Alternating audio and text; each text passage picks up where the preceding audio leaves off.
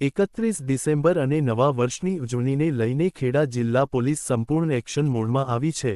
નવા વર્ષની first night દરમિયાન કોઈપણ પ્રકારની અનિચ્છનીય ઘટના ન બને તે માટે પોલીસ દ્વારા કડક સુરક્ષા વ્યવસ્થા ગોઠવવામાં આવી છે। સમગ્ર ખેડા જિલ્લામાં સઘન પેટ્રોલિંગ શરૂ કરવામાં આવ્યું છે અને નડિયાદ શહેર સહિત આસપાસના વિસ્તારો પર ખાસ નજર રાખવામાં આવી રહી છે। ખેડા જિલ્લા પોલીસ દ્વારા થર્ડ આઈ સર્વેલન્સ અંતર્ગત ડ્રોન દ્વારા હવાઈ નિરીક્ષણ કરવામાં આવી રહ્યું છે। લગભગ 500 મીટરની ઊંચાઈએ ઉડતા ડ્રોન દ્વારા 5 કિલોમીટર સુધીની રેન્જમાં નડિયાદ શહેરની ગલી ગલી પર સતત નજર રાખવામાં આવી રહી છે।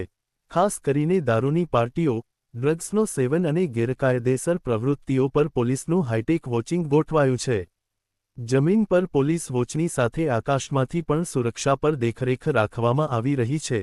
દારૂબંધીના કાયદાનો ભંગ કરનારાઓ તેમજ ડ્રિંક એન્ડ ડ્રાઇવ કરનારાઓ સામે કડક કાર્યવાહી કરવા માટે હાઈટેક સાધનો અને વિશેષ ફોર્સ તૈનાત કરવામાં આવી છે।